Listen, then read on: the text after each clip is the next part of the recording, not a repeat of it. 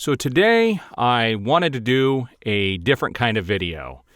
This is going to be a from the heart video. It's going to be a very personal video. It's kind of a get to know me type of video.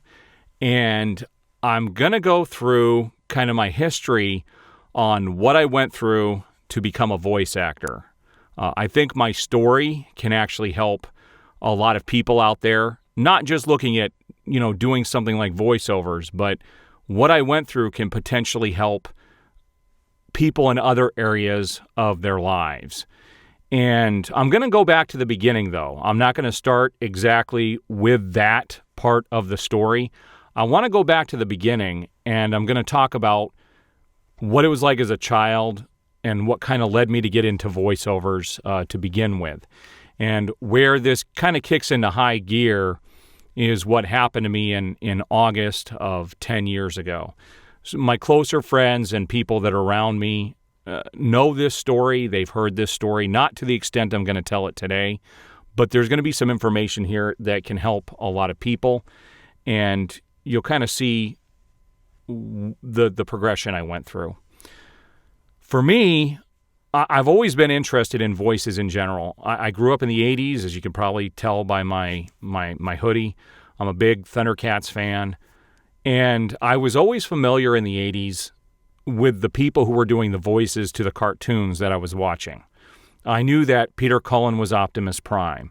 I knew that Frank Welker was Megatron, plus many other characters. I mean, he was in numerous TV shows. He was in Scooby-Doo and many others. I knew that Lorenzo Music was Garfield and Peter Venkman. I knew that Larry Kenney was Lion-O. I was always fascinated by these voices. They had an impact on me. I own all of those cartoons. They've always been a big part of my life. I was always interested in that stuff. But it was more idle curiosity as a child.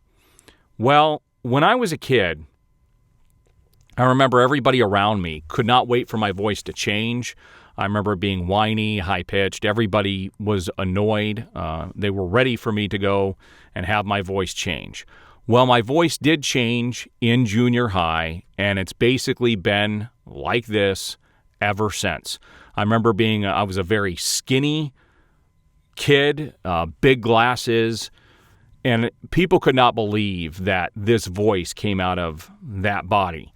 And I actually have a yearbook in the other room where my drama instructor wrote, in my yearbook, he said, "You have one of the most incredible speaking voices I have ever heard on a child your age."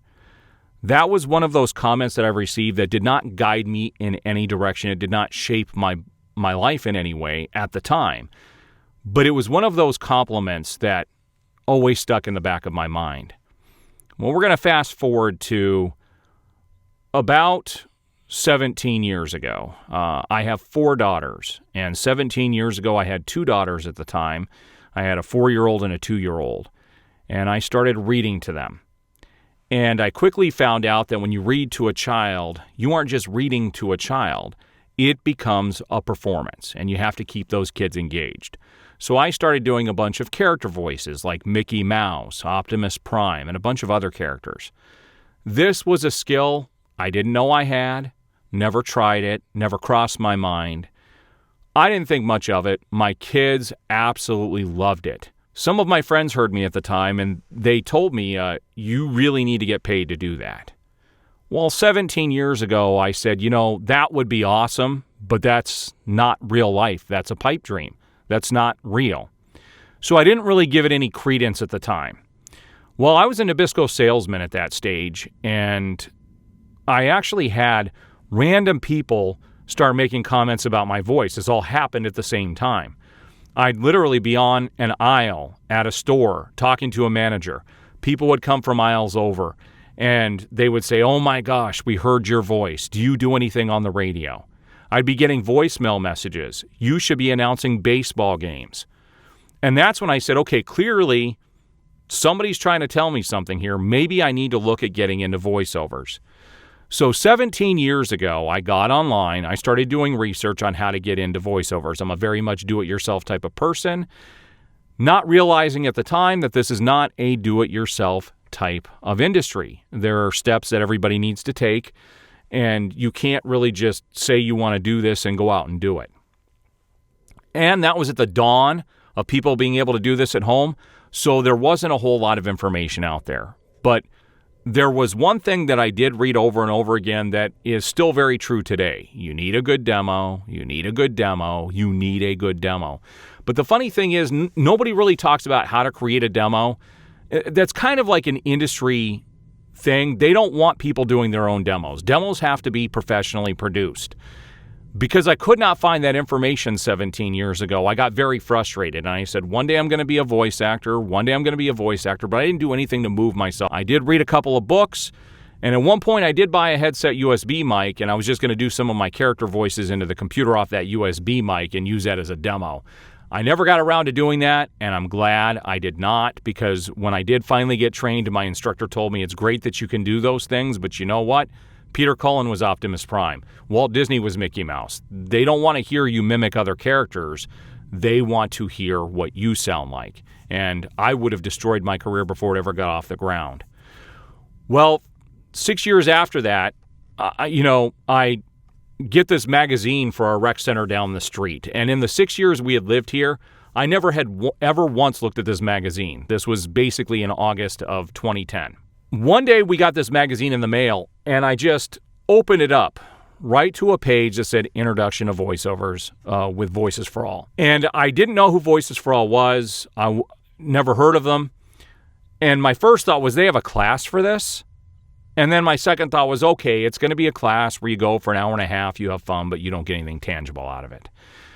Well, I saw who was sponsored by, and I wanted to get online and wanted to find out who they were. I always do all kinds of research before I ever invest in doing anything, and I saw that they didn't just offer that intro class. They actually had full masterclass training, giving you everything you needed from A to Z to get into voiceovers, and that you would be trained by people who are actual voice actors, which was different from other places.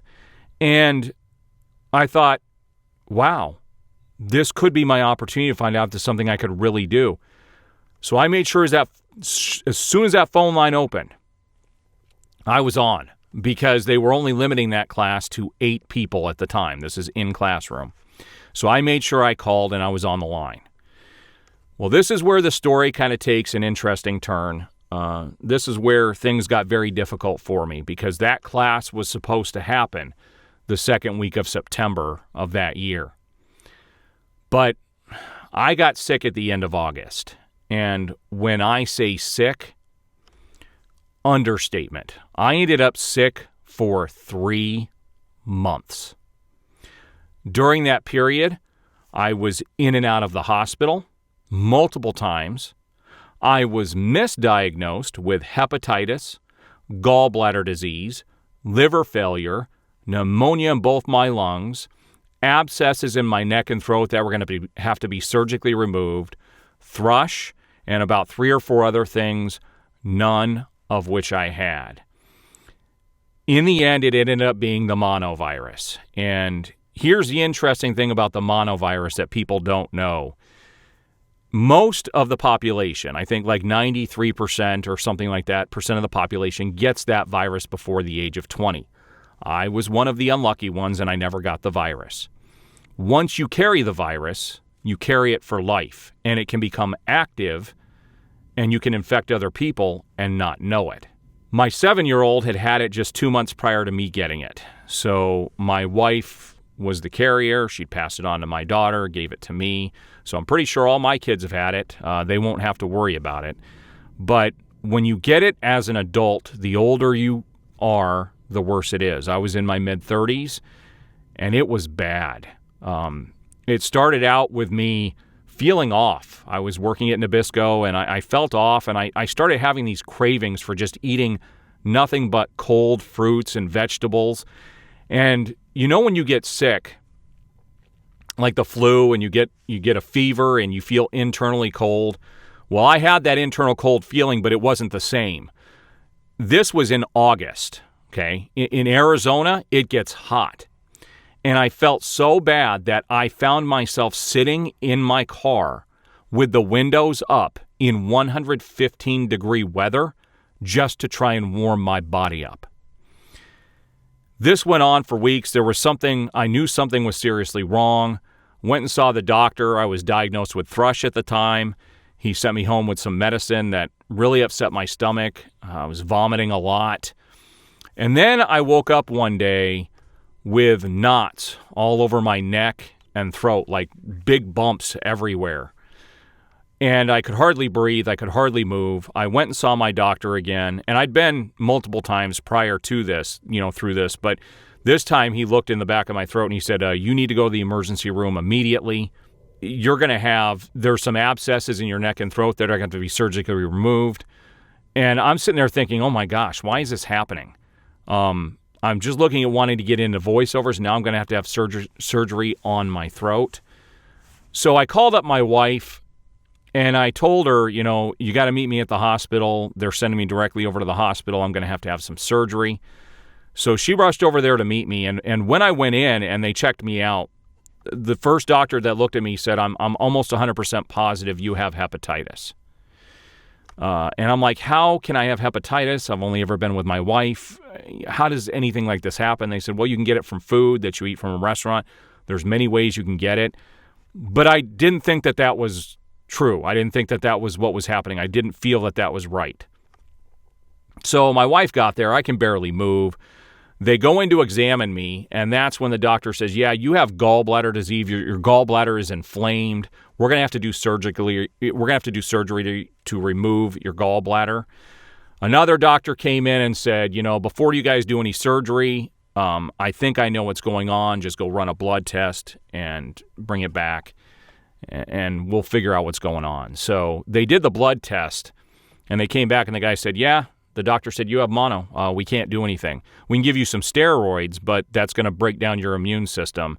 It'll make you feel better, but we can't help you. You got to go home and wait this thing out. And don't get hit in the stomach for 3 months, 6 to 8 weeks, I think, something like that. Your organs are inflamed because of this, and they could burst if you get hit. But other than that, you're in no danger. Just go home and wait this out.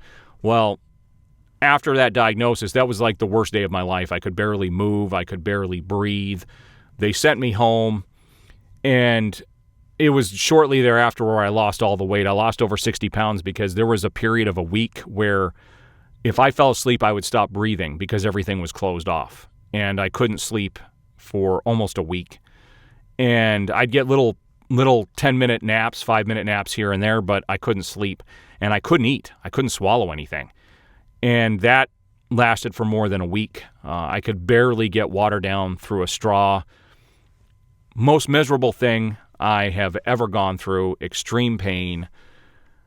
It was horrible. But I ended up missing that class that I had signed up for.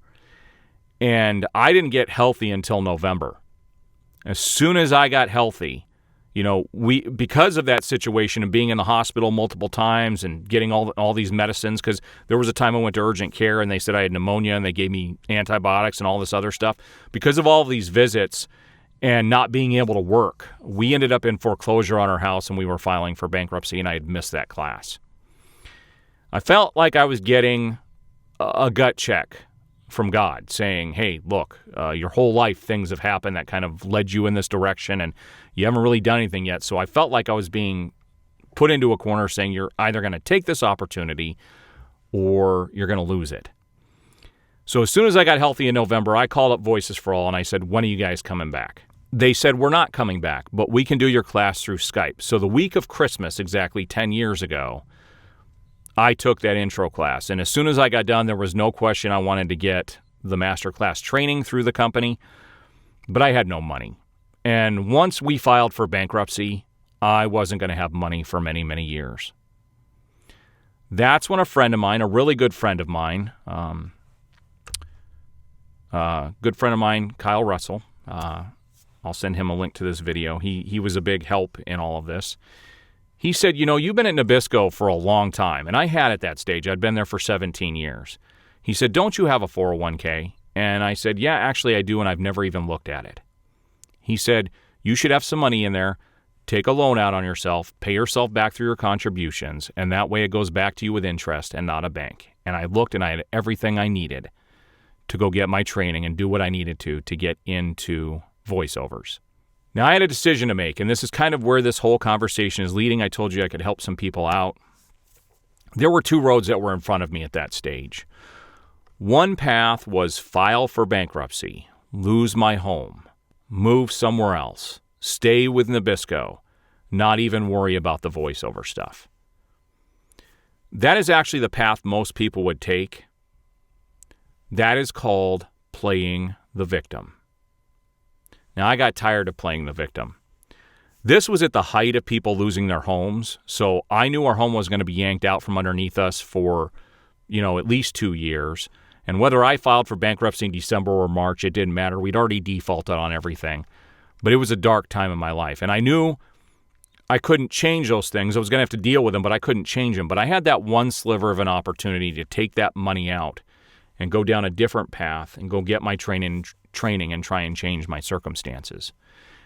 That's the path that I decided to take because we didn't want to lose our home. We've done stuff to our home. I built a theater room. I've done all kinds of upgrades in our house. I'm a hands-on kind of person. I like to do projects, and we didn't want to lose everything. Our home is a place where our kids could be safe. They could bring their friends, and we didn't want to lose all of this. We had this house built, and we didn't want to lose it. So I made a commitment to myself that every single day from that day forward, I would do at least one thing a day to move myself in the direction of becoming a full-time voice actor. Got my training in February of 2011, and when I got back, it was helter-skelter. We were filing for bankruptcy. We were trying to save our home. I was just getting back to work healthy, and I was setting up my voiceover business all at the same time. I have never been that busy before in my life. And there were days I came home from work and I still wasn't at full strength, and I was very tired and exhausted, and all I wanted to do was eat and go to sleep. And I almost did that on several occasions, but I stopped myself. And I said, I can't do that. Because if I don't do something today to move myself in that direction, I am either standing still or I am sliding backwards, delaying what I'm trying to accomplish. And I stuck to my commitment. Even if it was just 5 minutes looking up how to purchase a website domain, every day I did something. It was 3 years and 1 week to the day I got my training, where I quit my 20-year job as a Nabisco salesman to be a voice actor full-time. In that process, my wife and I saved our home. We're still here. And deciding to get into voiceovers completely changed my life. Persevering. You have to understand I came from a very dark time in my life. Things were bad. We couldn't pay our bills, barely had money for food. It was a dark time. Never in my adult life did I ever think I would be in that position, especially after being at a company for 20 years. That job got harder and harder to make a living at it. By the time I left, it was almost impossible. And I think 90% of the people that were there when I was there, they're gone. And this was also after massive harassment at that company. That's a whole nother story that maybe I'll tell one day. I don't know. I don't even like to think about it, but I'd been harassed for several years at that job.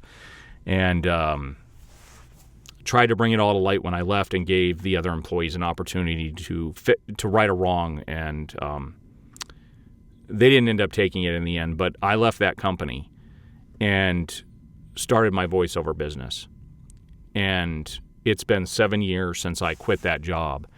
Best 7 years of my life. I've been able to spend more time with my kids. I get to do what I want, when I want, and it has really helped our family tremendously. That was one of the best decisions I have ever made. What helped me persevere were the decisions that I made and the commitments I made. A lot of people like to go from A to B and know that they have to go from A to B. But there are many steps in between. And so it's all about making those small commitments. I'm going to give you guys an analogy that my instructor, the day we left the course, that my instructor gave me, That is an analogy that I think about every single day and has helped me out tremendously overcome many things. It's kind of a funny story, but it's really interesting. So I want you guys to envision you are driving in a car down the countryside or the coast, whichever you prefer. It's sunny out, 70 degrees. You got the top down on the vehicle. You don't have any passengers. You're listening to music, and there are absolutely no other cars on the road. In this moment in time, everything is perfect. When all of a sudden, bam, you get a flat tire. So you drive off to the side of the road into a dirt area that has a tree overhanging it. At this stage, you're one of two people. Person number one gets out of the vehicle, walks to the side of the road, looks up and down the road to see if there's somebody they could flag down to help them. There's nobody there. There have been no cars on that road for a long time. They take a big sigh. They kind of throw their arms up. They walk to the side of the vehicle. They survey the damage to the tire and see that that tire is destroyed. There is no saving that tire. They walk to the back of the vehicle. They proceed to open up the trunk, pull out the spare tire and the jack, and they proceed to change that tire out. When they're done, they clean themselves up, brush themselves off. They get back in that driver's seat, back on that road like nothing ever happened. That is person number one. Person number two gets out of that vehicle, goes to the side of the road, see if there's somebody they could flag down to help them. There's nobody there. So they throw their arms up and they turn around in a circle and kind of bend down and take a big sigh like, oh my gosh, what am I going to do? They walk to the side of the vehicle to survey the damage to the tire, and they see that that tire is destroyed. There is no saving that tire. They walk to the back of the vehicle. They slump down. They put their heads between their knees for 20 minutes, hoping and praying that somebody's going to come by to help them out. After 20 minutes goes by, not a single vehicle has gone by, and panic and frustration sets in. In their panic and frustration, they proceed to stand up, pull a knife out of their pocket, and they stab the other three tires. Now, that sounds ridiculous, right? The first time I heard this, I started to laugh, and then you really start to think about it. And the reality is we as human beings are constantly walking around with knives in our hands, stabbing our own tires. We allow little things to become big things in our lives, when in reality, they are momentary inconveniences. You move past them and you move on. They're just simple flat tires that need to be changed. See, 10 years ago, when I had that decision to make, I was the guy with the knife in the hand, constantly stabbing my own tires. That was the day where I threw down the knife, I picked up a jack, and I've had that jack in my hand every day since that day. It's all on how we react to the situations we're put in and what we do. The reality of being a voice actor is it's a job, and I want people to know that. A lot of people get a hold of me saying, I've always wanted to be a voice actor. It must be nice to speak into a microphone to get paid. It's not like that, okay? It is a job, but I'll take this job over anything I've ever done in the past. It's freedom. But it is not a get-rich-quick scheme, and it's a job. It's all about relationships and self-marketing. You gotta promote yourself, self-promotion. What I tell people is, if you want to do anything, it doesn't matter if it's voiceovers or anything else. You got to set those short-term attainable goals that support the direction of that ultimate goal that you are trying to reach. And that's ultimately what this is. It's taking the right steps to do the things you need to do to achieve the things that you want. Nobody simply goes from A to B. I didn't. My journey to get here was a lifelong journey. I took a 20-year detour working at a company that, in the end, stabbed me in the back, but was preparation for what I do today. This industry is not a difficult industry to be a part of, but you've got to do the right things. If you do the right things will happen. If you don't, you struggle. It's like any other job. So it is a job, but it's a job I don't hate. where I'm in control and I can do the things that I need to do, and it has changed my life and it has changed my family's life. So anybody can overcome any situations that they're in. It's how you react to the situations that you're in. I could have curled up 10 years ago and just given up and stayed miserable, but I picked up a jack and I said, nope, no more. I want to change the circumstance that I'm in. And I certainly did. Anybody can. So that's a little backstory on me and who I am and what I do for a living. I love being a voice actor. I could tell you over the last 10 years, I've worked on over 4,000 different projects ranging everywhere from voicemail messages all the way up to feature films. This industry has a lot to offer, but it is a job, but it's a fun job. I appreciate you sticking around. I will do another follow-up video at some point talking about my love for reviews, movies, TV shows, that sort of a thing, so you guys will kind of have a backstory on what kind of led me to start my YouTube channel. But I appreciate everybody who's watched. Please hit the like button, subscribe, hit that notification bell. You will be notified as I have new videos go up. I appreciate everybody who stuck around for the ride. I really do. I appreciate all the support. Take care.